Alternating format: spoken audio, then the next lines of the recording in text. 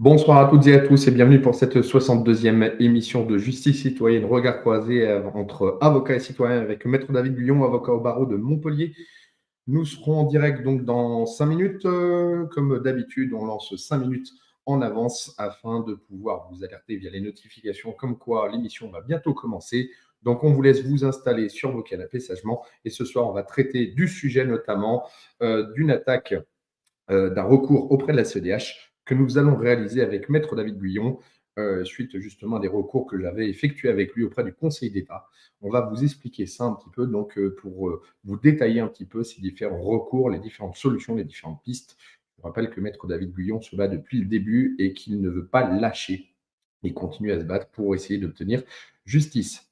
Nous diffusons sur 6 canaux, c'est-à-dire mon compte Facebook et le compte Facebook de David Guillon, ma chaîne YouTube ainsi que la chaîne YouTube de David Guillon et nos deux comptes Twitter. Je vous rappelle également que l'on voit les commentaires arriver des deux comptes Facebook et des deux chaînes YouTube. On vous laisse donc, comme d'habitude, 5 minutes pour vous installer. À tout de suite dans Justice citoyenne, regard croisé.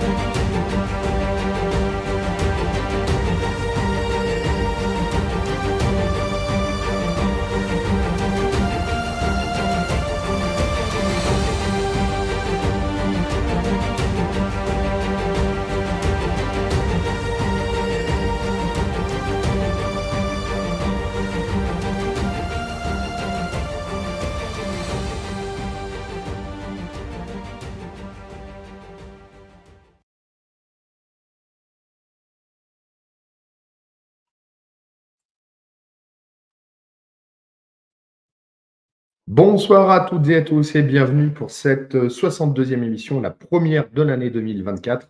Comme on vous l'avait annoncé, on s'est permis une pause pendant les fêtes. Donc, dans l'émission Justice citoyenne, regard croisé avec Maître David Guyon, avocat au barreau de Montpellier. Pour ceux qui viennent de nous rejoindre, je vous rappelle également que vous pouvez vous abonner à nos deux chaînes YouTube, David Guyon, avocat, et Pierre Thévenon. On vous remercie pour vos abonnements réguliers. On diffuse sur différents canaux, notamment la page Facebook de David Guyon Avocat, ma page Facebook, mon compte Facebook également, les deux chaînes YouTube David Guyon Avocat et Pierrick Thévenon, et nos deux comptes Twitter. On voit arriver depuis notre plateforme les commentaires qui arrivent notamment sur les différentes plateformes. On essaiera d'y répondre. Pendant l'émission, je vous rappelle que je veille donc justement sur vos questions pour essayer d'y répondre après la présentation de David Guyon. Je pense que j'ai tout dit. Bonsoir David, comment vas-tu ? Bonsoir Pierrick, bonsoir à tous. Meilleurs vœux pour cette nouvelle année 2024. J'espère que vous avez pu profiter de ces fêtes pour revoir vos amis, vos familles, prendre du temps pour vous, sortir un peu de cette actualité quand même assez anxiogène. En tout cas, moi, c'est ce que j'ai fait pour ma part et ça m'a fait un grand bien. Je suis très heureux de vous retrouver aujourd'hui.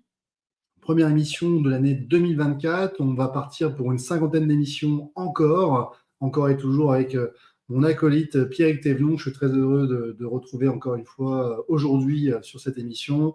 Je t'en ai parlé au téléphone il y a encore 2 jours quand je préparais l'émission. Écoute, je réitère mes propos devant tout le monde. Ça me permet quand même de nous engager. Donc, je suis très heureux de vous retrouver tous autant que vous êtes. Je vois encore des habitués dans la barre de recherche. Posez vos questions en commentaire, on va vraiment tenter d'y répondre. J'avais envie qu'on parte sur un sujet qui nous avait beaucoup intéressé l'an dernier, à peu près à la même époque, la question de la contestation de l'obligation vaccinale contre la Covid-19 devant la Cour européenne des droits de l'homme. Aujourd'hui, c'est le seul recours qui nous reste raisonnablement encore à engager. Pourquoi je dis raisonnablement? Parce que Pierrick, ici présent, s'est déjà retrouvé devant la Cour européenne des droits de l'homme le 6 octobre 2022. Celle-ci a rendu une décision, n'a pas rendu un arrêt, elle a rendu une décision dans laquelle elle indiquait que Pierrick Thévenon était venu finalement de manière trop précoce devant sa juridiction. Elle invitait Pierrick à contester d'abord l'obligation vaccinale contre la Covid-19 devant les juridictions françaises, à charge, dans un second temps, eh bien, de venir ensuite saisir son prétoire. Ce qui veut dire quoi? Ça veut dire, bon, bah, t'as bien fait de tenter, c'était effectivement judicieux, ils ont quand même rendu une décision. En revanche, c'était trop tôt. Donc ça, c'est effectivement ce qu'il fallait lire. La presse vous dira que la Cour européenne des droits de l'homme avait validé l'obligation vaccinale contre la Covid-19. Et d'ailleurs, tu me diras si je me trompe, mais c'est finalement un peu ce que nous avance également ta protection juridique lorsque on lui indique qu'il faudrait qu'elle puisse t'accompagner dans des démarches sur ce sujet. Quoi qu'il en soit, ce soir, on va avoir énormément de choses à vous raconter. Je dédicace surtout cette émission à tous ceux qui ont eu la gentillesse, la bonté, la générosité de donner lorsque nous avons organisé cette cagnotte sur l'application Tipeee avec l'aide de l'association ADLF, Association de défense des libertés fondamentales. Je vous mettrai dans la description de la vidéo un lien qui vous permettra d'aller voir un petit peu ce que cette association a fait. Je les aime beaucoup, je trouve qu'ils sont vraiment engagés. Ils ont aussi une particularité, c'est qu'ils sont localement situés en grande majorité à Montpellier, mais pas exclusivement. Hein. C'est le bureau qui est à Montpellier, mais finalement, la question des libertés fondamentales, ça concerne tout le monde en France métropolitaine, mais également dans les dom-toms que l'on salue, bien entendu, puisque comme nous, ils ont subi ces mesures sanitaires. Est-ce que tu as des questions, Pierrick, avant que je rentre un peu plus dans le vif du sujet? Pour l'instant, non. Il y a essentiellement des souhaits, comme je les ai affichés là, de bonne année. Donc, merci. On vous souhaite tous nos voeux. C'est souvent tendance, attention, on se peut pas être pessimiste, à souhaiter bon courage. Mais voilà, comme quoi il faut continuer. Ça me tenait à cœur, comme on échangeait l'autre jour par téléphone, il y a 2 jours en fait, ça me tenait à cœur de continuer également ces émissions parce que il y a du monde que ça intéresse. Je reste convaincu que de toute manière, dans ce monde, et notamment dans cet État, dans ce pays dans lequel déjà il n'y a plus beaucoup de libertés fondamentales, où la démocratie est énormément entachée, il nous reste quelques petits leviers que l'on peut encore essayer d'actionner. Et je pense que ce serait une erreur, c'est un avis purement personnel, Je pense que ce serait une erreur de ne pas actionner les quelques leviers qu'il nous reste. Et comme je l'indiquais, comme je te l'avais dit par téléphone, c'est une perception personnelle. Que l'on gagne ou perde, cela permet de laisser une trace. Même si potentiellement on serait amené, je ne le souhaite pas, mais que l'on perde tout, je pense que pour les générations du futur, on se doit justement de laisser une trace et de marquer, de dire regardez ce qui s'est passé. Et malgré tous nos efforts, malgré tout ce que l'on a fait, on n'y est pas arrivé non plus. Regardez justement jusqu'où peut aller la dérive du pouvoir, jusqu'où peut aller la dérive de la justice. Raison pour laquelle je reste convaincu que dans tous les cas, il faut faire justement des recours en justice, il faut saisir un ensemble de solutions comme tu nous le présentes pratiquement tous les lundis.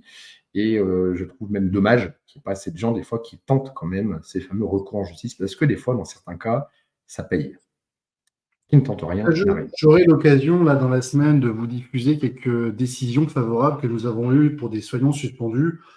C'est vrai que moi, le premier, parfois, je perdais un peu espoir pour eux, mais encore une fois, l'espoir, finalement, c'est aussi ce qui nous a animés du début à la fin. Et pour certains d'entre eux, alors pas la totalité, bien sûr, mais pour certains d'entre eux, effectivement, une belle décision a été rendue. Je les diffuserai prochainement sur mes réseaux sociaux. Je vous invite bien sûr à me suivre si ce n'est pas déjà le cas. Vous verrez, encore une fois, 100% des gens qui n'ont pas essayé ont perdu. D'accord ? Ça, c'est évident.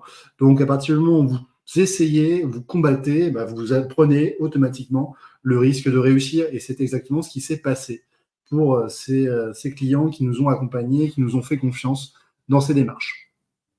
Alors, on va revenir un petit peu sur cette cagnotte Tipeee. Encore une fois, je dédicace vraiment cette émission à tous ceux qui nous ont soutenus pendant cette cagnotte Tipeee. Vous allez recevoir une newsletter prochainement. On a récupéré vos adresses mail grâce à la donation que vous aviez faite. Vous retrouverez donc l'émission de ce jour avec, bien entendu, l'article juridique qui accompagne l'émission. Tu l'as affiché, je crois, tout à l'heure, Pierrick. Il est dans la description de la vidéo, vous le retrouverez. Ça résume à peu près tout ce qu'on a fait depuis janvier 2023. Ça veut dire, en d'autres termes, cet argent qui a été donné a été investi dans des actions juridiques et on a, bien entendu, déployé ces fonds dans cet objectif. Donc ça, c'était important aussi d'en tenir compte. Encore une fois, je l'ai indiqué, on a un devoir moral. On est bien entendu honoré lorsque on cagnotte pour une association, lorsqu'on cagnotte pour des actions en justice représentées par un avocat. Et donc, derrière, on est obligé, c'est notre devoir, de devoir rendre des comptes un petit peu sur ce qui s'est passé. C'est l'occasion de cette émission. En 2023, on a fait suite à une décision qui avait été rendue le 29 décembre 2022 par le Conseil d'État. Au terme de cette décision, le Conseil d'État nous indiquait que l'obligation vaccinale, le pass sanitaire, toutes les mesures restrictives de liberté qui avaient été prises à peu près depuis mai 2021 étaient parfaitement légales. Bon, écoutez, on ne s'attendait pas forcément à mieux. C'est vrai qu'on aurait aimé avoir une argumentation un peu plus développée parce que, compte tenu des restrictions de liberté extrêmement importantes, compte tenu aussi des particularités de certains dossiers qui étaient soumis au prétoire du Conseil d'État, eh bien, nous aurions aimé parfois que le Conseil d'État soit beaucoup plus convaincant, notamment lorsqu'il s'agit de justifier des restrictions de liberté. Je rappelle, comme toujours, que toute restriction de liberté n'est légale dans un État démocratique et libéral qu'à la stricte condition suivante. La restriction est nécessaire. Elle est nécessaire parce qu'elle permet de pouvoir atteindre cet objectif de protection de la santé publique. Elle est utile puisque sans elle, on ne peut pas atteindre cet objectif de protection de la santé publique, et elle est proportionnée parce qu'on ne peut pas prendre une mesure restrictive de liberté moins restrictive. Et par conséquent, c'est la seule mesure qui peut être prise pour pouvoir obtenir ce résultat. Ce n'est qu'à la stricte condition d'une nécessité, de l'utilité et de la proportionnalité que nous pouvons dire qu'une mesure restrictive est légale. Ici, comme vous avez pu le voir, et pas besoin d'être un fin psychologue, médecin ou scientifique pour s'apercevoir que la plupart des mesures qui avaient été prises étaient des mesures en réalité politiques. Si on vient, par exemple, le fait d'imposer à un médecin psychiatre qui est capable de faire uniquement des consultations en téléconsultation, si le fait de lui imposer la vaccination obligatoire n'a pas de sens. On est d'accord. Bon, pourtant, le Conseil d'État vous dit non, mais on ne peut pas distinguer. Bon, très bien. Ça n'a pas non plus de sens que de soumettre à la vaccination obligatoire des cuisiniers qui sont dans des locaux de cuisine distincts des locaux dans lesquels on exerce les activités de santé de plusieurs kilomètres. Et pourtant, le Conseil d'État vous dit, à partir du moment où leur employeur est soumis à la vaccination obligatoire, on ne distingue pas selon les lieux dans lesquels ils exercent ni la nature de leurs activités. Bon, ça ne vaut que pour l'obligation vaccinale, puisque pour la prime Ségur, comme vous le savez, ça ne concerne pas les personnels techniques et administratifs. Je referme la parenthèse. Quoi qu'il en soit, on voit bien que ces mesures étaient davantage politiques que scientifiques. Or, si nous étions dans une vraie démocratie, dans un vrai État libéral avec une vraie séparation des pouvoirs, ce qui, effectivement, en l'espèce, a complètement manqué, eh bien, nous n'aurions jamais eu la moitié des mesures restrictives de liberté qui ont été déployées depuis le 14 mars 2020. Voilà. Aujourd'hui, lorsque l'association ADLF vient me saisir, elle me dit, voilà, nous, on veut contester l'obligation vaccinale parce qu'on s'aperçoit que les soignants sont isolés, sont finalement démunis aussi financièrement. Janvier 2023, je vous rappelle que l'obligation vaccinale s'applique toujours. On a toujours des soignants suspendus à l'époque. Et donc, nous vient l'idée de mener une cagnotte. Alors, cette cagnotte, elle ne sort pas non plus d'un esprit un peu farfelu. On est parti voir un peu ce qui avait été fait par les juridictions pour savoir si on avait des chances raisonnables de succès. On ne va pas s'aventurer à dépenser de l'énergie, de l'argent, du temps et finalement aussi de la joie et de l'espoir dans des procédures qui seraient vouées manifestement à l'échec. Ce n'est pas du tout le cas. Je vais reprendre ici un petit peu ce que j'avais développé déjà en mai 2021, en juin 2021, lorsque s'était posée la question du pass sanitaire et de la vaccination obligatoire contre la Covid-19. Je rappelle le contexte, nous sommes en mai 2021, nous allons déconfiner pour la 3e fois, nous allons sortir des couvre-feux et la magnifique idée du gouvernement, c'est de dire qu'ils vont mettre en place une vaccination de manière à pouvoir échapper au confinement, au couvre-feu et à toutes les mesures restrictives de liberté. Et en d'autres termes, une sorte d'alternative, on nous donne, on nous manipule, puisque comme vous le savez, à partir du moment où on fait croire qu'il n'y a que 2 alternatives, on vous manipule. C'est une technique de manipulation très, très courante. On vous donne un rendez-vous, on vous dit voilà, c'est mardi ou jeudi. Vous avez l'impression que vous avez le choix. En fait, vous n'avez pas le choix. C'est soit mardi, soit jeudi. On vous a conditionné. C'est exactement la même chose ici. On vous a conditionné, on vous a dit c'est le confinement ou la vaccination. Et à ce moment-là, la plupart des gens ont dit bon, la vaccination, c'est quand même effectivement un peu plus intéressant parce que le confinement, on a quand même donné quasiment un an et demi de confinement discontinu. Ça laisse quand même des séquelles. La première fois, c'est drôle quand on a effectivement cette période un petit peu de coupure avec la vie et la frénésie de la vie. En revanche, quand on a finalement un couvre-feu et un confinement qui se résume à réduire à néant toutes les activités de loisirs, les activités sociales, et à vous restreindre à de simples agents économiques, bon là, ça n'a plus aucun avantage. Il n'y a plus que des inconvénients. Et donc, on a tellement finalement manipulé les gens qu'on leur a fait croire qu'ils n'avaient que ces 2 alternatives. Il n'y avait pas que ces 2 alternatives, il y avait plein d'autres solutions. La Suède était notamment un de ces États qui avait démontré que la vaccination ou le pass sanitaire n'étaient certainement pas les 2 seules possibilités qui étaient offertes aux États qui souhaitaient mettre en place une politique sanitaire. Mais ça, encore une fois, on ne vous l'a pas présenté.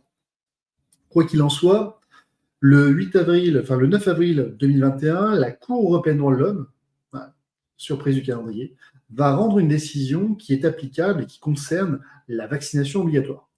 Elle va rendre une décision de principe. Elle va préciser les choses suivantes. Cet arrêt, il est vraiment très intéressant. Je l'ai relu en préparant l'émission de ce jour. Je vous invite vraiment à aller le voir. Il est en lien. Vous pouvez cliquer sur les liens que j'ai mis dans l'article juridique. Vous retrouverez facilement les différentes décisions. Il y a beaucoup de lectures, mais ce qui nous intéresse surtout, c'est la position de la Cour européenne des droits de l'homme. C'est vraiment la toute fin, c'est les derniers paragraphes de la décision. Vous n'êtes pas obligé de vous taper les 280 paragraphes précédents. D'accord ? Ce que nous dit la Cour européenne des droits de l'homme dans cet arrêt Wawrinka contre République tchèque, c'est la chose suivante. Elle rappelle tout d'abord que la vaccination obligatoire est plutôt l'exception sur le plan du droit international et notamment le plan des États européens. D'autres termes, la France fait partie de ces rares États qui pratiquent la vaccination obligatoire. Vous allez en Espagne, il n'y a pas de vaccination obligatoire. Ça, c'est la première chose. La deuxième chose, elle dit, il y a pas de discussion, il y a une atteinte qui est faite à l'article 8 de la Convention européenne des droits de l'homme. L'article 8 de la Convention européenne des droits de l'homme, c'est le droit à la vie privée familiale. C'est celui qui vous dit vous avez le droit de refuser un traitement quand bien même le refus de ce traitement entraînerait le décès. Ça, c'est un arrêt de 2002, l'arrêt de Pretty contre le Royaume-Uni, qui est connu des étudiants de droit, dans lequel on vous dit vous avez tellement le choix, le droit de choisir finalement d'accepter ou non un traitement médical que vous pouvez également choisir de refuser un traitement qui pourrait vous causer la mort. Et c'est également au nom de cet article-là qu'on a reconnu également un droit à l'euthanasie passive. Passive, attention, hein, pas active, sinon c'est un meurtre, mais l'euthanasie passive. Et notamment en Suisse, vous aviez un arrêt qui a été rendu en 2013 par la Cour européenne des droits de l'homme qui vous dit que la législation helvétique peut prévoir effectivement une euthanasie passive de ses ressortissants. Donc, cet article 8 est quand même extrêmement large et il accorde énormément de possibilités. Et c'est au titre de cet article que l'on peut refuser effectivement un acte médical non consenti. La vaccination obligatoire est un acte médical qui peut être non consenti. Non consenti pourquoi? Parce que justement, elle est obligatoire et qu'on ne vous demande pas véritablement votre consentement. Vous allez donner votre consentement, mais il va être un peu forcé. Et c'est justement parce qu'il y a une conciliation à faire entre la vaccination obligatoire, qui est un impératif de santé publique. Les États la mettent en place parce qu'ils estiment que c'est l'outil le plus adéquat pour mener une politique de santé publique. Et c'est finalement la marge d'appréciation des États. Hein. La Cour dit les États peuvent mettre en place une vaccination obligatoire, mais sous certaines conditions. Et c'est l'article 8 qui vous dit, attention, vous avez quand même le droit de refuser un acte médical non consenti tel qu'une vaccination obligatoire doit, bien entendu, respecter un certain nombre de conditions. Parce que ce n'est pas l'atteinte en soi qui est condamnée, c'est la disproportionnalité de cette atteinte. Bien entendu, aucun des droits qui est protégé par la Convention européenne des droits de l'homme n'est absolu. Le droit à la vie privée familiale, c'est le droit d'exclure l'autorité publique de sa sphère privée. Mais attention, ça ne veut pas dire que vous vivez comme Robinson Crusoe. Bien entendu que vous avez des comptes à rendre en société. Ça me fait penser à une audience que j'ai fait récemment, au terme de laquelle une magistrate m'indiquait qu'effectivement, personne n'était libre. Pas plus elle que moi, que les personnes qui étaient hospitalisées sans consentement. Nous ne sommes pas libres, effectivement, dans une société certes démocratique, en tout cas, on a le nom, maintenant, est-ce qu'il est véritablement démocratique, c'est un autre débat, et ce n'est pas l'émission de ce soir, mais en tout cas, bien entendu que personne n'est véritablement libre. Il y a toujours des comptes à rendre.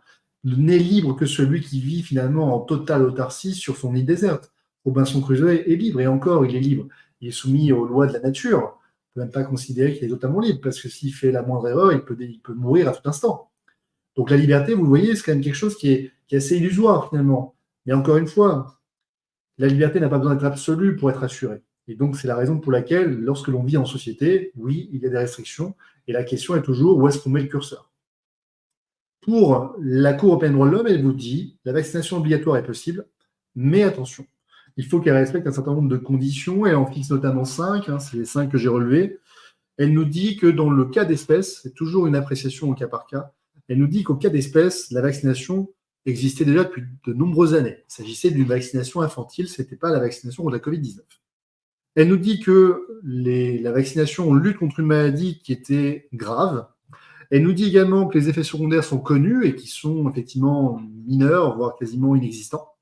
Elle nous dit que les conséquences d'un refus de vaccination sont temporaires et limitées. Vous ne perdez pas votre emploi, on ne vous prenez pas la mort. Et elle vous dit qu'il n'y a aucune contrainte physique qui est exercée à l'encontre de celui qui refuse. Elle dit lorsque ces 5 conditions sont remplies, effectivement, vous avez une conciliation entre le droit à la vie privée familiale et la vaccination obligatoire. Je pense qu'en ayant développé ces conditions, vous allez comprendre assez rapidement pourquoi la vaccination obligatoire contre la Covid-19 m'apparaît frontalement contraire à la position de la Cour européenne des droits de l'homme. Je vous ai bien entendu développé ces arguments. Je vous invite à les relire tranquillement à tête reposée après cette émission, parce que effectivement, si on ne comprend pas la position de la Cour européenne des droits de l'homme, on ne peut pas comprendre pourquoi l'utilité de ces recours est indiscutable. La saisine par l'ADLF et par Pierrick Thévenon de ces recours devant la Cour européenne des droits de l'homme sont indispensables. C'est l'étape finale. Tout ce que l'on a fait avant n'a aucun intérêt si nous n'allons pas devant la Cour européenne des droits de l'homme. Alors, mince. La deuxième question, donc, Après vous avoir exposé la position de la Cour européenne des droits de l'homme, je veux vous présenter un petit peu les particularités de la vaccination contre la Covid-19.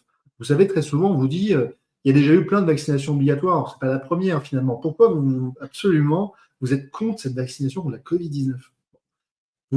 Pour la plupart, peut-être que voilà, c'était un ressenti, c'était la manière. Vous n'arrivez pas forcément à mettre les mots dessus. J'espère vraiment que cette émission ce soir va vous permettre de conscientiser les raisons pour lesquelles, fondamentalement, au fond de vous, vous n'aviez pas envie de cette vaccination. J'espère que si vous trouvez ces arguments pertinents, vous allez les partager. C'est vraiment le plus intéressant. Puis surtout, dites-moi en commentaire ce que vous en pensez, parce que ça, effectivement, c'est l'homme de loi qui parle aujourd'hui, mais vous êtes également des citoyens réinformés par les émissions que nous faisons, et je vous invite forcément à me faire part de votre avis, parce que c'est ça qui nous intéresse aussi aujourd'hui. La vaccination contre la Covid-19 a plusieurs particularités qui la distinguent fondamentalement de toutes les autres vaccinations obligatoires qu'on avait connues auparavant. D'accord? Et c'est très important d'insister là-dessus. La première des choses, c'est que la vaccination contre la Covid-19, qui a été mise en place par Pfizer, AstraZeneca, Johnson Johnson, toutes ces vaccinations ont été mises en circulation à base d'un produit qui était expérimental. Alors, pourquoi il est expérimental? Il est expérimental parce que nous sommes en phase 3. En phase 3, ça veut dire quoi? C'est-à-dire qu'on est en phase de test. Lorsqu'un produit pharmaceutique sort et est mis en circulation sur un marché, il a passé une phase 4. La phase 3, c'est effectivement la phase de test sur les humains. La phase 4, c'est la phase où on va regarder les effets à long terme, au minimum 10 ans.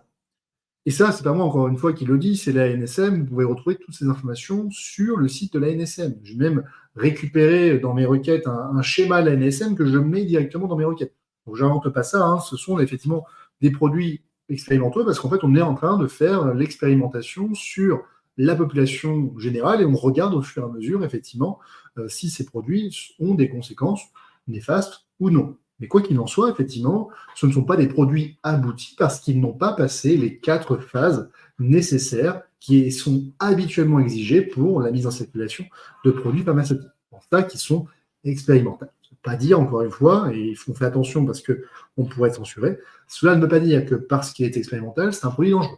Attention, quand même deux choses différentes. La deuxième particularité de cette vaccination, c'est qu'elle bénéficie d'une autorisation de mise sur le marché qui était conditionnelle. Conditionnelle parce que justement, elle n'a pas rempli les 4 phases différentes exigées habituellement et qui impliqueraient quasiment 10 ans de recherche. En fait, on aurait besoin de tester sur 10 années pour pouvoir savoir si on le met en circulation ou non. Et encore une fois, ce n'est pas parce que vous le mettez pendant 10 ans en recherche que vous n'avez pas de scandale sanitaire. Si vous allez sur le site de la NSM, il suffit de voir le scandale avec le laboratoire Servier et la NSM vous dit elle-même, on a été condamné, on a commis des fautes, et on n'a pas contesté la décision, parce qu'on reconnaît nos fautes. Voilà, c'est marqué, c'est la première page d'accueil de la NSM. Donc déjà, ici, ça pose difficulté, ça veut dire que c'est pas parce qu'il existe une agence nationale de sécurité du médicament qu'il existe des phases longues de tests qu'il n'y a pas de scandale sanitaire. Voilà. Donc, ici, on a un produit qui a fait l'objet d'une dérogation et qui a pu être mis en circulation un peu plus tôt, plus précocement en tout cas que les 10 ans. Pourquoi? Parce qu'il y avait une urgence sanitaire. La vaccination était présentée comme étant un argument, un moyen de plus de lutte contre la Covid-19. En soi, j'ai envie de vous dire, qu'on mette en œuvre tous les moyens pour essayer de sauver les plus fragiles d'une mort qui pourrait leur arriver, écoutez, encore une fois, ça me paraît être une bonne intention. Maintenant, vous le savez, l'enfer n'est-il pas pavé de bonnes intentions? La troisième chose, c'est que finalement, l'efficacité, et là, on va parler d'efficacité, c'est par exemple le fait qu'on n'est pas contaminé ni contaminant. L'efficacité n'a eu de cesse d'être contestée et contestable. On a eu à chaque fois un grand nombre, finalement, d'études scientifiques qui ont remis en cause le pourcentage de protection. Au début, on vous avait dit, oui, mais si vous êtes vacciné, vous ne contaminez pas, puis finalement, vous contaminez, mais dans des proportions moindres, puis finalement, en fait, on n'en sait rien. En fait, aujourd'hui, on n'a aucune idée, on ne sait pas. On ne sait pas si vraiment ça a changé quoi que ce soit. On est en discussion, mais de toute façon, encore une fois, il y avait vraiment une différence entre ce qu'on vous disait à la télé et puis ce qu'on nous disait après, nous, dans les juridictions. Le gouvernement, le ministre de la Santé a produit dans des conclusion dans des mémoires en défense le fait qu'effectivement la vaccination n'empêchait pas la contamination ni d'avoir une forme de Covid-19. Donc, Ça veut bien dire, encore une fois, qu'on a une efficacité qui est, encore une fois, est discutable. On a également une absence de connaissance des effets secondaires. On a, vous le savez, un office parlementaire qui a été mis en place en février 2022, qui est toujours d'ailleurs en cours de rédaction, hein, c'est le fameux OPEC-FCT, hein, qui est mis en place. J'ai dû mal prononcer l'acronyme, mais je ne l'ai plus trop en tête, mais c'est OPEC-FCT, oui, je crois que c'est ça, qui effectivement a rédigé un rapport que vous pouvez trouver sur le site du Sénat. Et sur la base de ce rapport, en fait, on est en train de mesurer au fur et à mesure les éventuelles insuffisances de la NSM et les problématiques d'effets secondaires. Parce que, étant donné qu'on a un produit en phase 3, c'est-à-dire qu'on est en train de tester au fur et à mesure, c'est au fur et à mesure qu'on fait l'état des lieux des effets secondaires.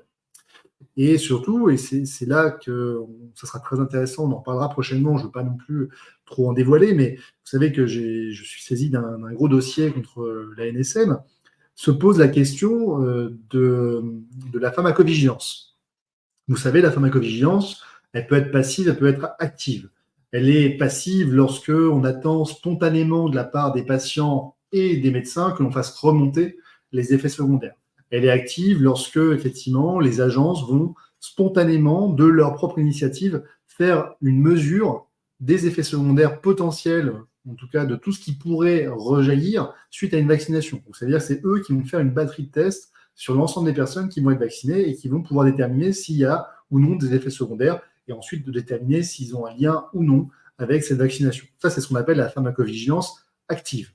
Et donc, dans ce rapport, on a présenté, dans le rapport de PKST, on présente clairement les avantages et les inconvénients de ces deux types, finalement, de pharmacovigilance.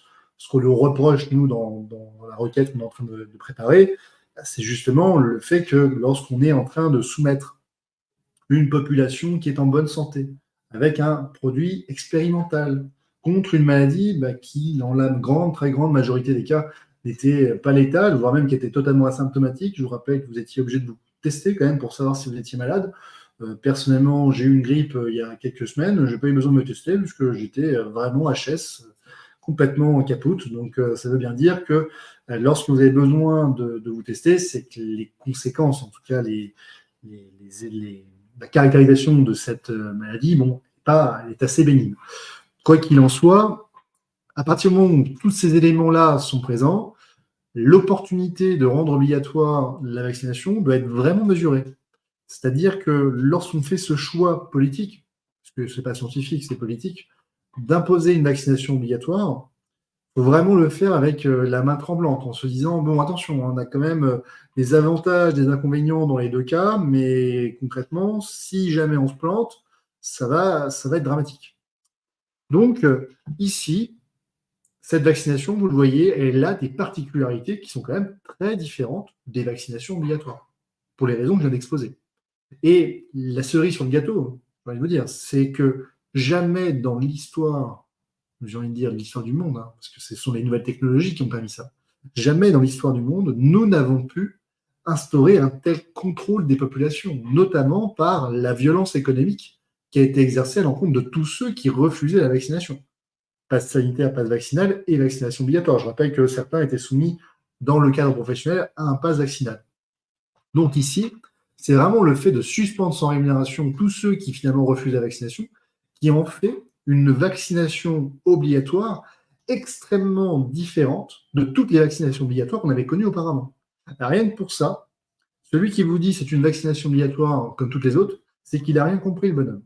Et là, dans ce cas-là, votre obligation, votre devoir, c'est de lui renvoyer cet article juridique, cette belle émission qu'on est en train de faire ce soir, parce que visiblement, il a vécu dans un autre monde parallèle et il faut qu'il revienne sur Terre. C'est-à-dire la réalité, c'est que nous, on a affronté pendant 2 ans, c'est-à-dire une sorte de société dystopique dans laquelle les nouvelles technologies sont utilisées à des fins d'asservissement des populations qui refuseraient finalement de s'agenouiller face à un choix politique dit de la majorité. Là, on a typiquement une tyrannie de la majorité.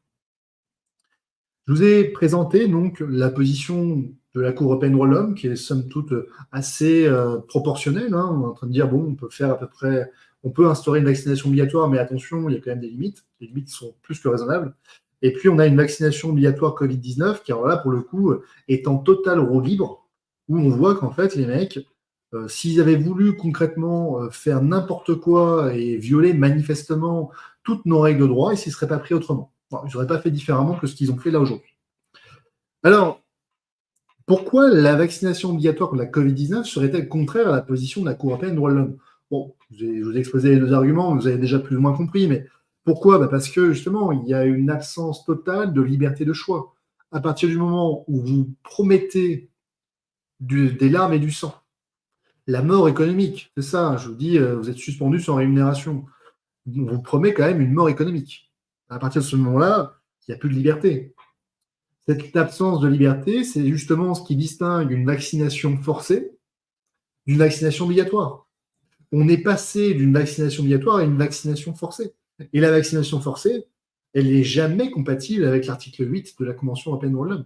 Elle n'est jamais compatible avec le droit à la vie privée familiale, celui de pouvoir refuser librement un acte médical non consenti. Et bien entendu, il y avait les autres conditions qu'on a vues ensemble, un vaccin approuvé, éprouvé, les effets secondaires qui sont quasiment inexistants, ou en tout cas très bien connus, des maladies extrêmement graves, etc. etc. Bon, bien entendu, la vaccination contre la Covid-19 ne remplit pas non plus les conditions qui avaient été fixées par la Cour européenne des droits de l'homme. Donc, pour toutes ces raisons, il est clair que si vous prenez la position de la Cour européenne des droits de l'homme et que vous prenez la loi du 5 août 2021, franchement, on va vraiment falloir qu'ils nous écrivent des choses accadabantesques pour arriver à nous dire que c'était justifié. Justifié, nécessaire, proportionné, que ça allait vraiment dans le sens d'une protection de la santé publique. C'est-à-dire, si on ramène tout le monde sur Terre, parce que je pense que le covidisme était, on va pas se mentir, c'est une idéologie. Et si cette idéologie, à un moment donné, prend fin, parce que toutes les idéologies, à un moment donné, sont confrontées à la réalité, c'est évident. Si cette idéologie prend fin, la claque de la réalité du droit va venir s'abattre sur les joues de nos personnels politiques et elle va effectivement entraîner des procès en cascade. Alors, bien entendu, pour que ce jour advienne un jour, le jour qui sera donc celui de la condamnation de la France, il faut bien qu'on ait des courageux requérants qui aillent saisir la Cour européenne des droits de l'homme. Le juge ne va pas s'autosaisir. D'accord? Donc ça, c'est quand même important de le rappeler. C'est la raison pour laquelle l'association ADLF, Pierre Thévenoud ici présent, ont saisi la Cour européenne des droits de l'homme. Alors, ils l'ont saisi à plusieurs reprises. On a eu d'abord une salve de plusieurs requérants entre le mois de mars 2023 et juillet-août 2023, où nous avons engagé 3 recours. Et puis, nous avons eu une salve après le 4 août 2023, date à laquelle le Conseil d'État a validé l'obligation vaccinale, mais dans sa version du 30 juillet 2022. Vous savez, le 30 juillet 2022, on est sorti de l'état d'urgence sanitaire, mais on a maintenu l'obligation vaccinale. Donc, cette loi du 30 juillet 2022 et ces décrets d'application ont été contestés dans le cadre des recours devant le Conseil d'État et devant la Cour européenne des droits de l'homme. Ces recours sont toujours en cours d'instruction puisque nous les avons déposés entre le mois de novembre et le mois de décembre. Voilà, ça c'était pour la petite information. Alors, quel est l'intérêt, bien entendu, de faire ces recours? C'est vraiment ce qui est le plus intéressant. Je pense que si vous deviez suivre qu'une partie de l'émission, c'est là à 40 minutes. Voilà, vous prenez maintenant. La première des choses, c'est de faire condamner la France pour sa loi du 5 août 2021, également du 30 juillet 2022, puisque l'obligation vaccinale a été reconduite. Ça, c'est la première chose. Pourquoi on veut faire condamner la France? C'est pas pour le plaisir de la faire condamner. On n'est pas là pour flatter nos égos. C'est pas du tout le but. La première des choses, c'est que si vous faites condamner la France pour sa loi du 5 août 2021, notamment au regard de l'article 8 de la Convention européenne des droits de l'homme, eh bien, vous allez contraindre la France à modifier sa législation. Vous vous rappelez, nous sommes partis au Sénat le 7 novembre 2023. On a fait un super discours et on a demandé aux sénateurs de remettre à l'ordre du jour la proposition de loi visant à abroger la loi du 5 août 2023, enfin de 5 août 2021. À ce jour, bon, il ne s'est rien passé de plus. D'accord? Il ne s'est rien passé de plus. Donc, évidemment, l'objectif, ce n'est pas en rester là. On n'est pas venu pour faire des beaux discours. On est venu pour, à un moment donné, passer à l'action. Et pourquoi on passe à l'action? Justement, en saisissant la Cour européenne des droits de l'homme. Si on fait condamner la France sera obligée de modifier sa législation. Et donc, ça réglera la question, bien entendu, de l'abrogation de la loi du 5 août 2021. Loi qui n'est toujours pas abrogée, loi qui pourrait être réactivée à tout moment.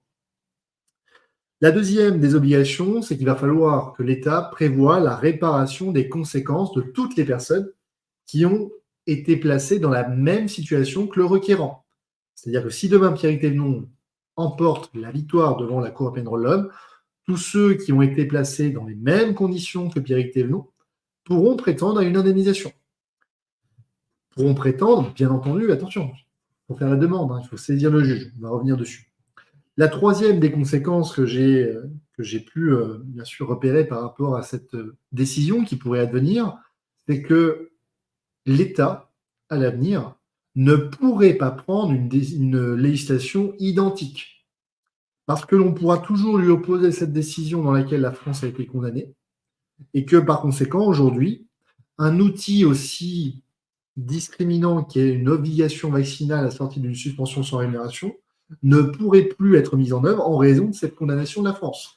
Et si il était mis en œuvre de nouveau, on saurait que ça serait parfaitement illégal. Là, du coup, il n'y aurait plus de débat, il n'y aurait pas de est-ce qu'on ne s'est pas un petit peu branlé intellectuellement pour savoir si on est parti un peu trop loin dans le délire. Non, là, on aurait une décision noir sur blanc qui est écrite qui vous dit vous ne pouvez pas faire ça. Donc, ça ferait taire toute la querelle, il n'y aurait plus de débat, il y aurait juste un gouvernement qui assumerait clairement de dire on viole la Convention européenne des droits de l'homme. On fait ce qu'on veut.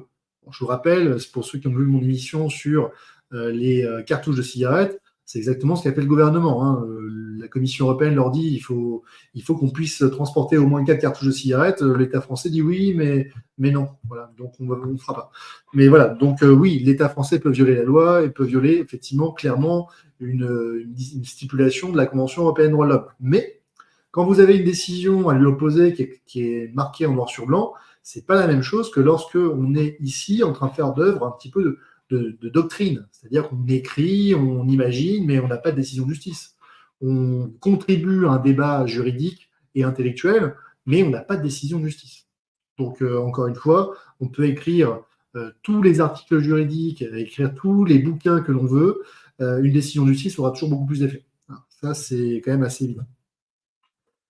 Alors, demain, imaginons, on obtient cette décision. En tout cas, je me lève chaque matin en pensant qu'effectivement, cette décision va advenir. 2024 va être une très bonne année, et 2024, il va y avoir des belles choses qui vont se passer. J'en suis certain.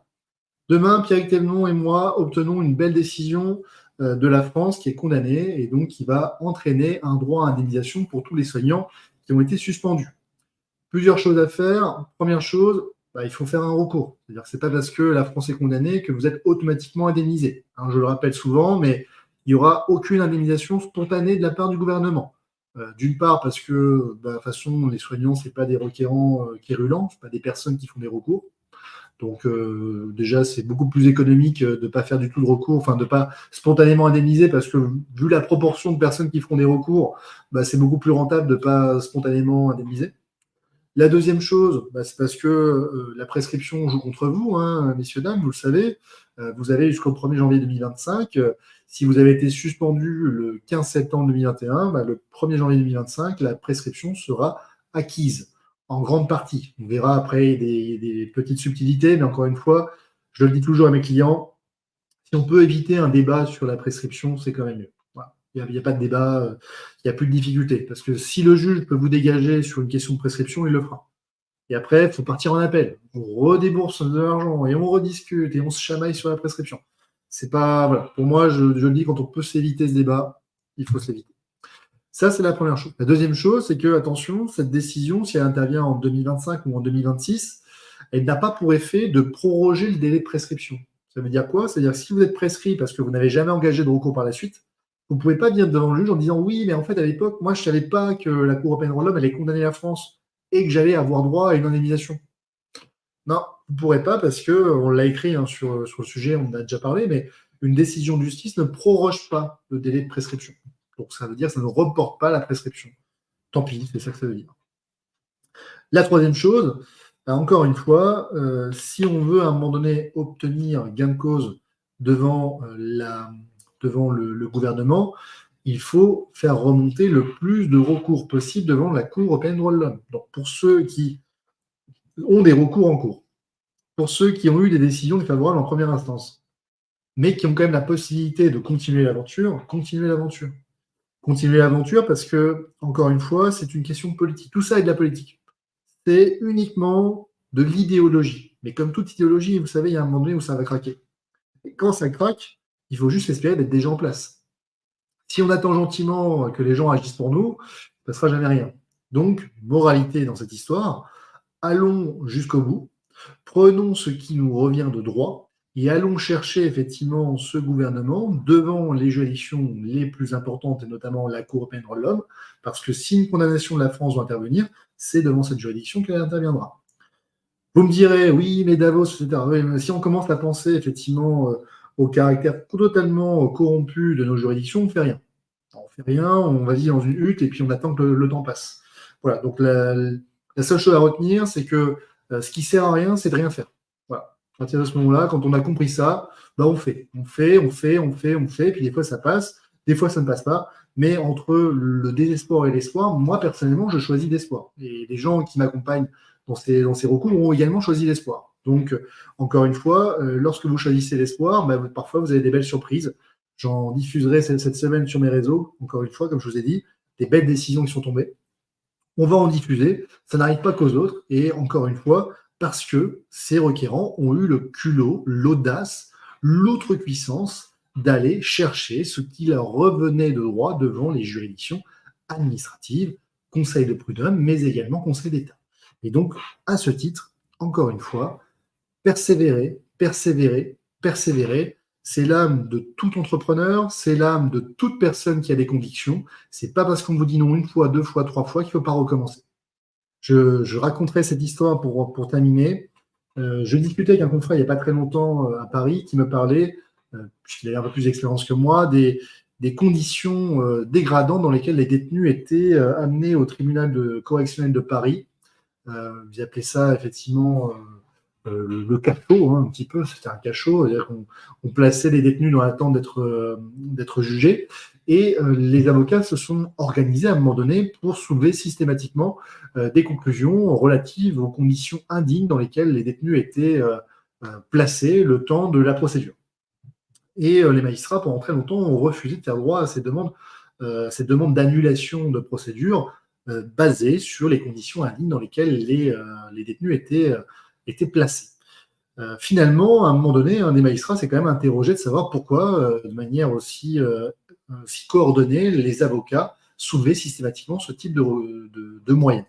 Il s'est déplacé, est allé voir, et quand il a vu, il a fait effectivement, il y a un vrai problème de dignité de la personne. On ne peut pas, en France, au XXIe siècle, placer des personnes dans des conditions aussi indignes. Ce n'est pas digne d'un état de droit, ce n'est pas digne d'une démocratie. Et ils ont commencé à annuler en série, finalement, les procédures en raison des conditions indignes dans lesquelles les détenus étaient placés.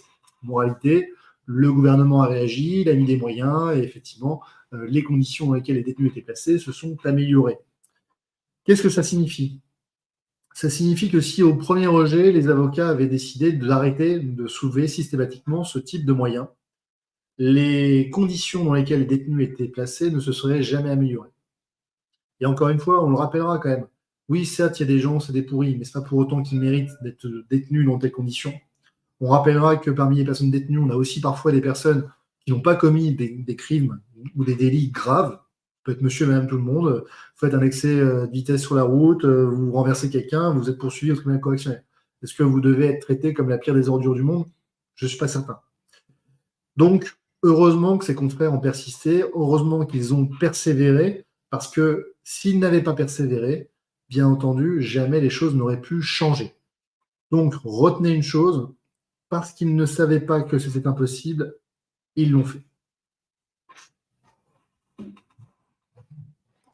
Et bon, en tout cas, merci beaucoup pour cette présentation très complète, comme d'habitude, pour ces éléments. Je suis heureux de t'avoir sollicité, en tout cas, pour cette requête. On aura certainement l'occasion d'en reparler. Encore une fois, on va lancer également d'autres requêtes ensemble, un recours indemnitaire. Je dois également consulter ma protection juridique professionnelle. Comme je suis entrepreneur également, en plus de mon activité de pompier, ayant dû souscrire un prêt garanti par l'État, on va également essayer de voir si on peut faire un recours de ce côté-là. Encore une fois, qui ne tente rien n'a rien. Et comme je le disais en début d'émission, pour ceux qui nous ont rejoints là à la fin, parce qu'on voit, oui, la justice est corrompue, etc. Mais il n'empêche que si on ne tente rien, on n'aura rien, c'est certain. Et si on gagne, tant mieux. Et si on perd, comme je le disais au début, ce que je ne souhaite pas, mais même si on perd, l'avantage, ce que je vois, c'est qu'on laisse pour les générations futures une trace écrite. Il faut laisser des traces de ce qui s'est passé, absolument, que ce soit gagné ou perdu. Moins on laisse de traces, plus on va oublier. Il est très important justement de laisser des traces et que les avocats de demain, que les citoyens de demain voient justement à quel point justement la justice a été corrompue, à quel point elle a donné en défaveur des citoyens, etc. Il faut laisser des traces. Voilà. Donc voilà ma conviction actuellement. Peu Moi, importe. j'ai envie de dire la chose suivante, Pierrick. Si demain mes enfants, je n'ai pas d'enfants, mais si demain mes enfants me disent comment une dictature a-t-elle pu se mettre en place et finalement, qu'est-ce que tu as fait? Qu'est-ce que tu as laissé faire? Je dirais non, je n'ai pas laissé faire, je me suis battu, j'ai fait ce que j'ai pu à l'époque et malheureusement, effectivement, j'ai fait mon maximum, ça n'a pas suffi.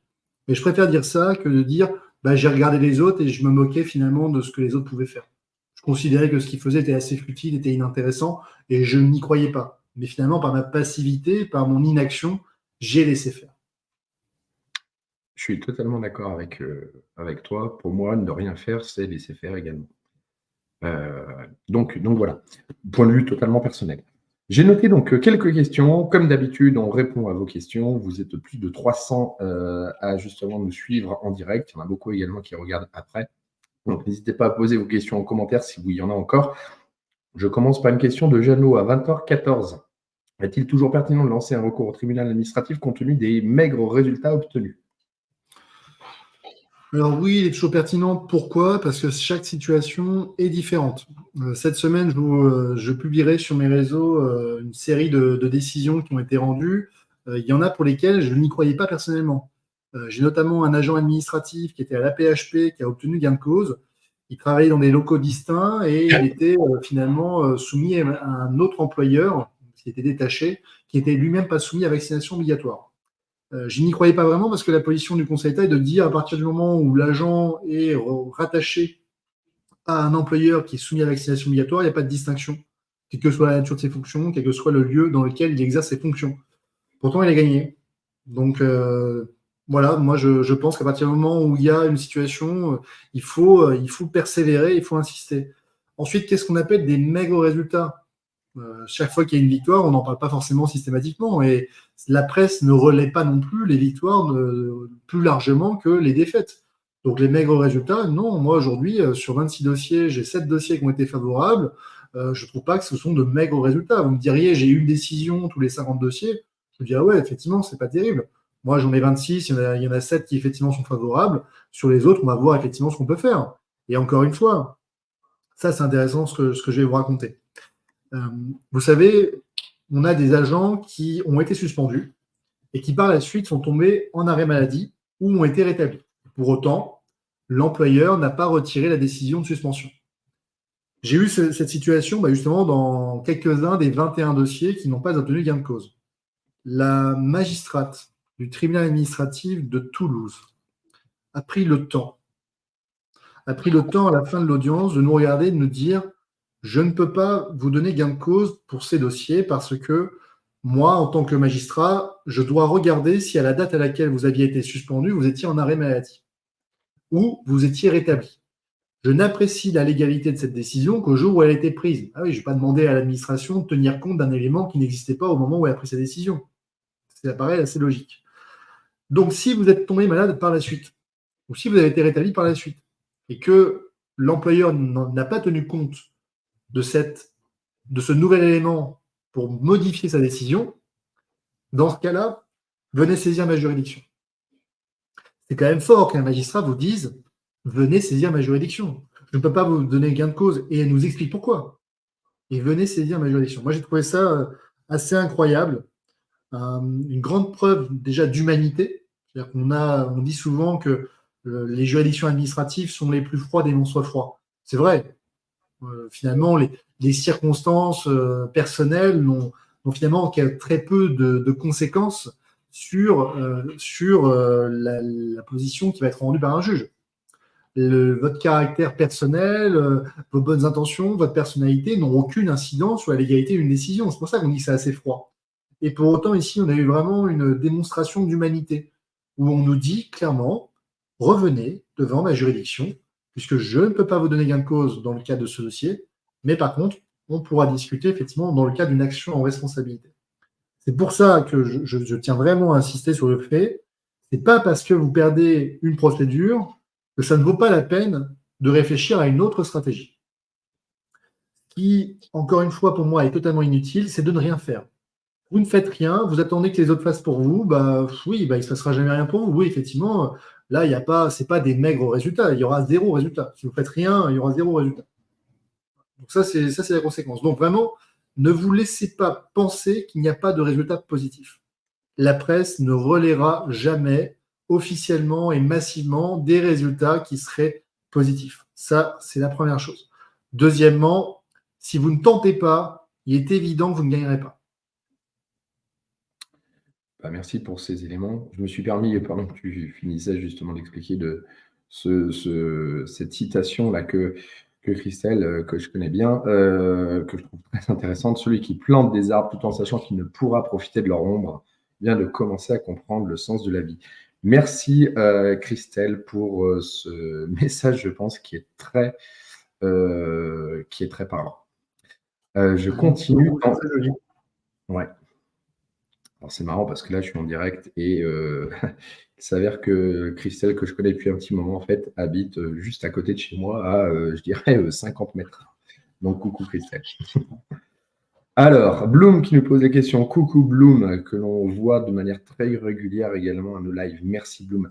Refuser une expérimentation. Alors, c'était à 20h22. Tu sais, c'était quand tu étais en train d'expliquer un petit peu les justifications de la Cour européenne de l'homme. Ouais. Refuser une expérimentation médicamenteuse et comparée à l'euthanasie, je ne pense pas que les arguments scientifiques et le droit peuvent servir à quelque chose. Qu'en penses-tu ? La vaccination obligatoire contre la Covid-19, c'est un mélange de science et de droit. Donc, on soigne le mal par le mal. Qu'est-ce que vous proposez, Bloom ? De la poésie, de la philosophie ? Voilà, c'est du droit, c'est de la science. Donc, la seule manière de sortir de cette situation, c'est qu'on ait des scientifiques. Je pense ici notamment à Réinfo Liberté, qui a une armada de scientifiques, tous plus compétents les uns que les autres, qui seront tout à fait capables demain de faire la vérité lorsque cette idéologie sera enfin tombée. Aujourd'hui, ce qui empêche que le système tombe, c'est qu'en réalité, la grande majorité de la masse est complètement indifférente à ce qui s'est passé. Même nous, il suffit de voir l'émission, le nombre de personnes qu'on est en direct. Auparavant, je faisais un live tout pété, on était 1000 personnes en direct. Aujourd'hui, si on est 150 personnes à suivre l'émission en direct et 3000 à avoir vu à la fin de la soirée, c'est le grand maximum. C'est quand même triste, parce que finalement, ce qu'on est en train de raconter, ça a concerné quasiment 90% de la population française. Les vrais de vrais qui y croyaient, qui n'ont pas trouvé qu'il y avait quoi que ce soit à redire, c'est une minorité. Mais c'était une minorité extrêmement motivée, et surtout, c'était une minorité qui était complètement endoctrinée par le pouvoir politique. Donc non, Bloom, je suis pas d'accord. C'est le droit et la science qui nous sortiront de cette situation, parce que c'est le droit et la science qui nous y ont placés là-dedans. Voilà, ils ont justement détourné le droit, détourné la science, à nous de remontrer, de remettre la science à l'endroit et de remettre le droit à l'endroit. Ça, c'est ma perception, comme pour mettre de côté le monde à l'envers et remettre le monde à l'endroit. Et c'est sûr que c'est du travail, que c'est de l'acharnement. Les scientifiques ont encore pas mal de boulot et je pense qu'également ce sera de par les démonstrations scientifiques. Vous voyez, pour ceux qui suivent, notamment il y a quelques scientifiques qui sont acharnés à vouloir démontrer scientifiquement justement la nocivité de certains de ces produits. Et je pense que c'est que comme ça qu'on y obtiendra. Voilà, c'est pas en disant ouais, c'est nocif. Il va falloir des publications, arriver à démontrer, publier, avoir des éléments officiels qui sont acceptés sur des sites de publication, etc. C'est pour remettre justement la science à l'endroit. Ça, c'est ma perception. Est-ce le fait d'avoir été en état d'urgence sanitaire qui a permis au gouvernement de pouvoir faire tout cela? Parce que si oui, il faut être vigilant pour l'avenir. Donc Olivier Labbé à 20h34. Alors oui, effectivement, c'est le fait de nous placer dans un état d'urgence sanitaire qui a permis de mettre en place des mesures qui, en temps normal, ne seraient pas possibles. Mais encore une fois, là, c'est un peu d'histoire. L'impôt, à la base, était exceptionnel. L'impôt était levé lorsqu'on avait besoin de financer des armées. Donc, l'impôt était exceptionnel. Aujourd'hui, on paye des impôts tout le temps, en tout lieu, en toutes circonstances. La TVA, chaque fois que vous faites un achat, vous payez la TVA. Demain, lorsque l'on va mettre en place les Jeux Olympiques, il est possible qu'on mette en place un confinement olympique. On utilise des passes sanitaires pour contrôler l'accès à certains établissements. Et on est déjà en train de mettre en place des radars afin de déterminer si vous êtes tout seul dans votre voiture, parce que si vous êtes tout seul dans votre voiture, vous ne pouvez pas utiliser un certain nombre de voies de circulation. C'est ce qui s'est passé pour toi, Pierrick, vers Lyon, la mise en place d'un tronçon comme ça. Donc c'est la démonstration que des outils exceptionnels qui sont invoqués en temps de crise ont été normalisés et utilisés parfois dans des périodes qui n'ont rien à voir avec la période de crise. Une période de Jeux Olympiques, ce n'est pas une période de crise qui justifie que l'on mette en place des restrictions de liberté aussi importantes. Okay. Merci à toi. Ensuite, une autre question de Bloom. Qui va condamner la France, l'Europe, l'ONU? Tous ont fait la même chose. Ils se sont tous proposés les mêmes restrictions, des libertés, les mêmes exigences de vaccin. Alors, ce sera la CEDH. La condamnation, c'est bien. La CEDH va condamner la France, elle ne va pas condamner l'Europe. L'Europe n'a pas adhéré à la CEDH. L'ONU, pareil, c'est une organisation non gouvernementale qui n'a pas adhéré à la CEDH. Après, on a ce qu'on appelle des cours pénales internationales, des cours de justice internationale, qui là, on est sur du droit international public. Donc, ce sont les États qui décident de condamner des organisations ou d'autres États. C'est le droit international public. Là, ce serait effectivement compliqué de faire un cours de droit international public, mais sachez que on va déjà commencer à condamner la France, puis après on verra comment on fait pour condamner les autres États ou d'autres organisations. J'affiche tout de suite ce commentaire. Coucou Céleste. Bon, c'est à Lyon, donc pour ceux qui ne savent pas, c'est par exemple à Lyon, là, vous savez, les écologistes ont mis en place, vous savez, les voies de covoiturage. Vous savez, où il y a des voies qui sont réservées si vous avez de covoiturage avec des sortes de radars qui analysent si vous êtes plusieurs dans le véhicule. D'ailleurs, tu avais lancé un appel si tu veux contester, moi si tu as besoin d'un porteur de contestation, je te le dis en direct. Moi, j'ai besoin de porteurs de contestation, effectivement. Alors tout à l'heure, il y avait quelqu'un qui me disait il faut de l'argent, il faut beaucoup d'argent. Non, il ne faut pas forcément beaucoup d'argent, il faut une organisation, ça c'est évident. On a fait une émission sur la protection juridique. Bon, déjà, on commence par souscrire une protection juridique, ça règle quand même pas mal de soucis. Puis ensuite, après, on peut s'organiser, on peut se regrouper, il y a des associations, il y a des cagnottes. Enfin, non, dire on n'a pas d'argent, donc on ne peut rien faire, non, on se démerde pour avoir de l'argent. On se démerde dans le sens où il faut se donner les moyens de nos ambitions. Je veux dire, à un moment donné, je me suis endetté quand j'étais étudiant parce que j'avais l'ambition à un moment donné de devenir avocat et je savais que je n'étais pas bien né, donc je n'avais pas la possibilité de bénéficier du réseau ou de la richesse de ma famille. Je me suis endetté et je suis arrivé là où j'en suis. Donc on arrête de me dire oui, on n'a pas d'argent, on ne peut rien faire. Non, si on n'a pas d'idée, on ne peut rien faire. Si on n'a aucune idée, oui, on ne peut rien faire. Si on a des idées, de l'imagination, on trouvera les moyens de nos ambitions. Ne vous inquiétez pas. Les sénateurs n'ont pas obligation de répondre quand même à un moment donné. Donc ça, c'était en 20h37 CC. Non, ils n'ont pas l'obligation. Ils n'ont pas l'obligation. C'est le président du Sénat qui est le maître finalement du temps, puisque c'est lui qui va mettre à l'ordre du jour un certain nombre de projets, de propositions de loi. Et surtout, ça va être le gouvernement qui va imposer au Sénat le rythme de son calendrier. Donc, non, ils n'ont pas l'obligation de traiter cette proposition d'abrogation de la loi du 5 août 2021. Okay. Ensuite, 34 2SM. Quel document faut-il, mois perdu au CPH et licencié? Ça, c'était à 20h42. Quel document faut-il par rapport à quoi? Je ne sais pas si on peut avoir plus de précision. 34 2SM, est-ce que tu peux nous mettre une question plus développée? Je la réaffiche d'ici quelques secondes. Vas-y, prends le temps de nous la poser correctement. Oui. Je vais l'avoir affiché de toute façon. Hop. On avait encore une question de Bloom. Si c'est de la politique, pourquoi chercher la réponse à travers le droit? Finalement, tu as Pourquoi répondu. chercher la réponse très au droit pour la simple et bonne raison que la politique passe, le droit et les principes restent. Les libertés fondamentales, DDHC de 1789, préambule de la Constitution de 46, ça reste. Voilà. Un parti politique, ça bouge. Tous les 5 ans, ça change. Donc, ce qui est une vérité politique aujourd'hui peut devenir demain le pire des mensonges. Et en revanche, les règles pour juger ces mensonges seront toujours les mêmes. C'est la raison pour laquelle le droit reste, à mon sens, un outil à long terme, là où la politique est un outil à court terme. Merci pour ces éléments. Céleste, selon vous, soignant du privé, le Conseil des prud'hommes peut-il statuer sur un recours indemnitaire ou va-t-il réorienter le jugement devant une juridiction compétente? Merci. Alors, les conseils de prud'homme sont principalement compétents dans tous les litiges relatifs à l'application d'un contrat de travail, litiges entre salariés et employeurs. Donc, la vraie question à se poser, c'est est-ce que ça relève du conseil de prud'homme? Nous, aujourd'hui, quand on saisit les CPH dans le cadre de recours indemnitaires résultant d'une suspension sans rémunération, on le fait devant le conseil de prud'homme. On demande l'annulation de la décision de suspension et derrière la réparation de tous les préjudices qui résulteraient de cette suspension sans rémunération.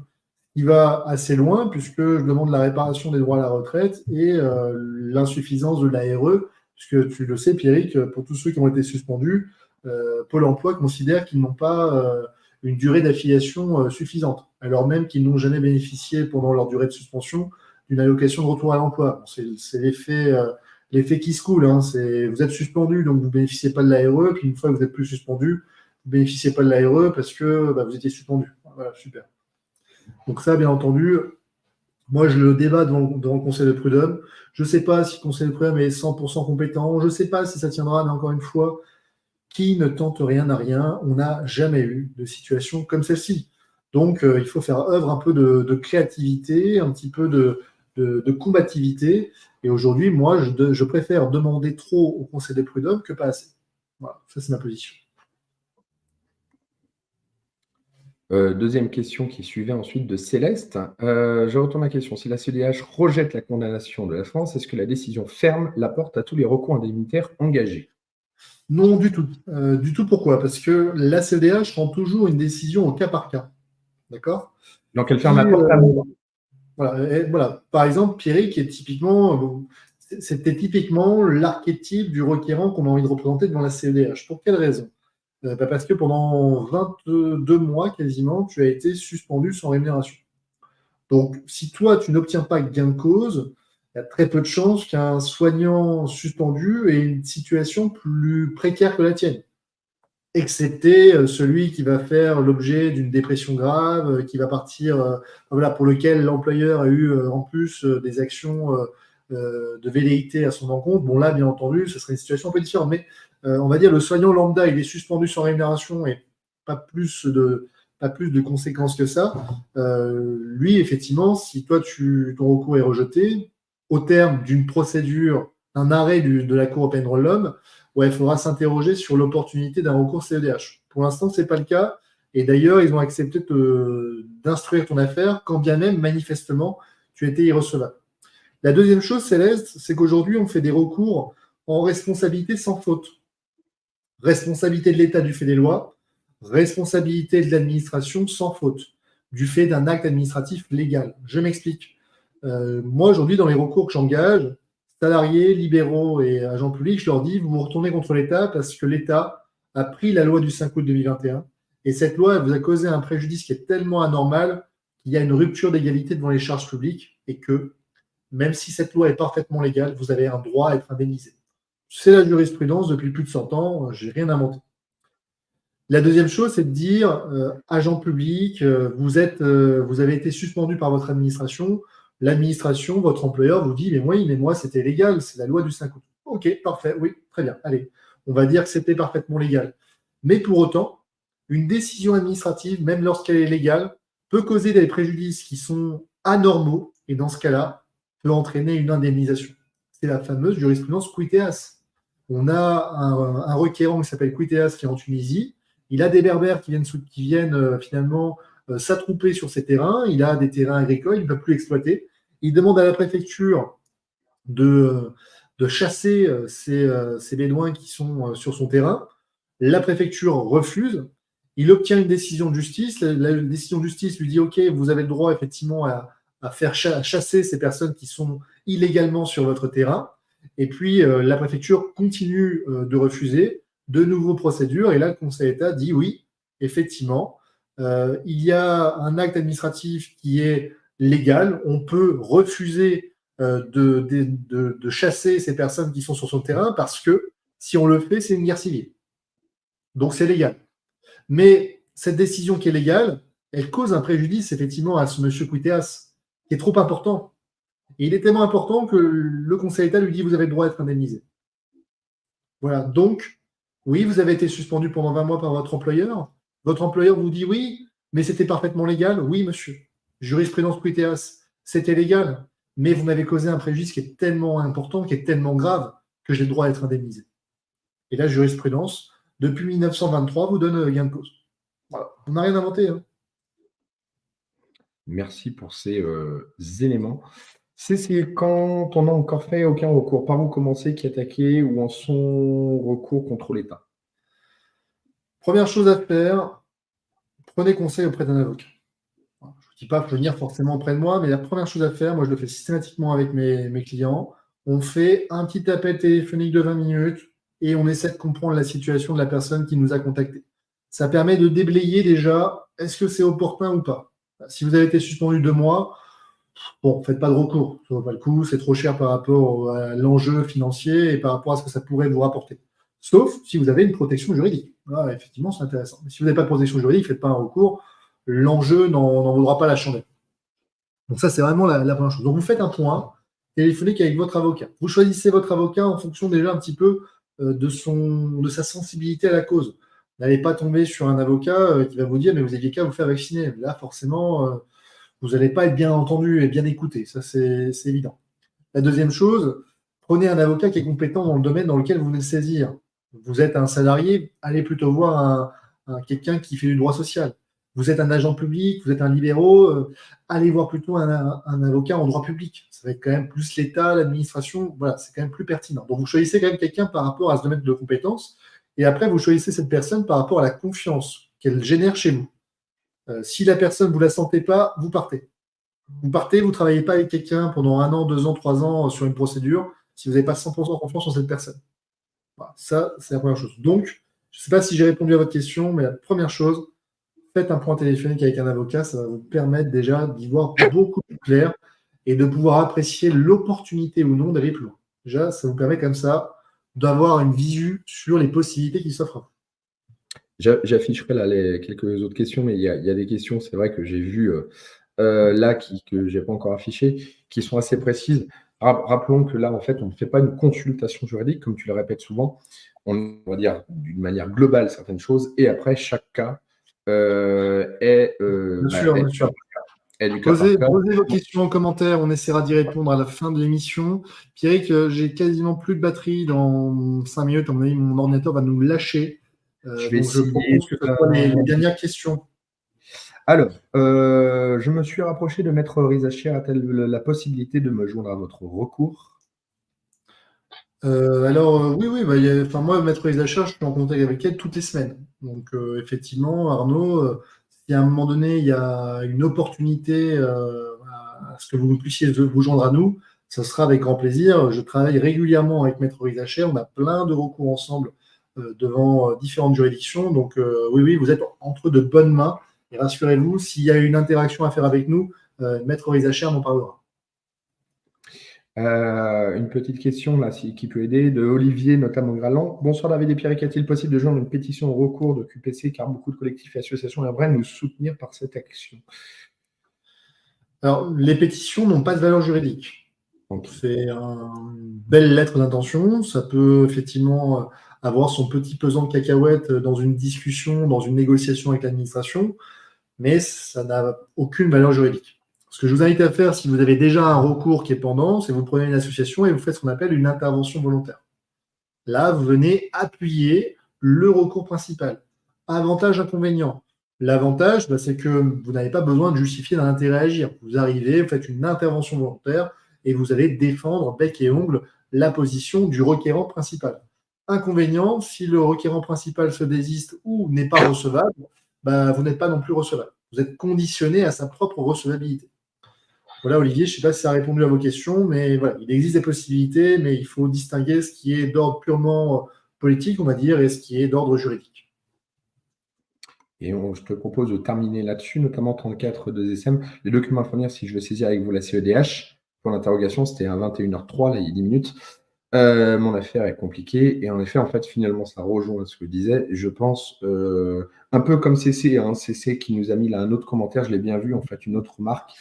J'ai l'impression que je me permets, je ne sais pas si tu as vu les autres commentaires, là, les autres remarques de CC.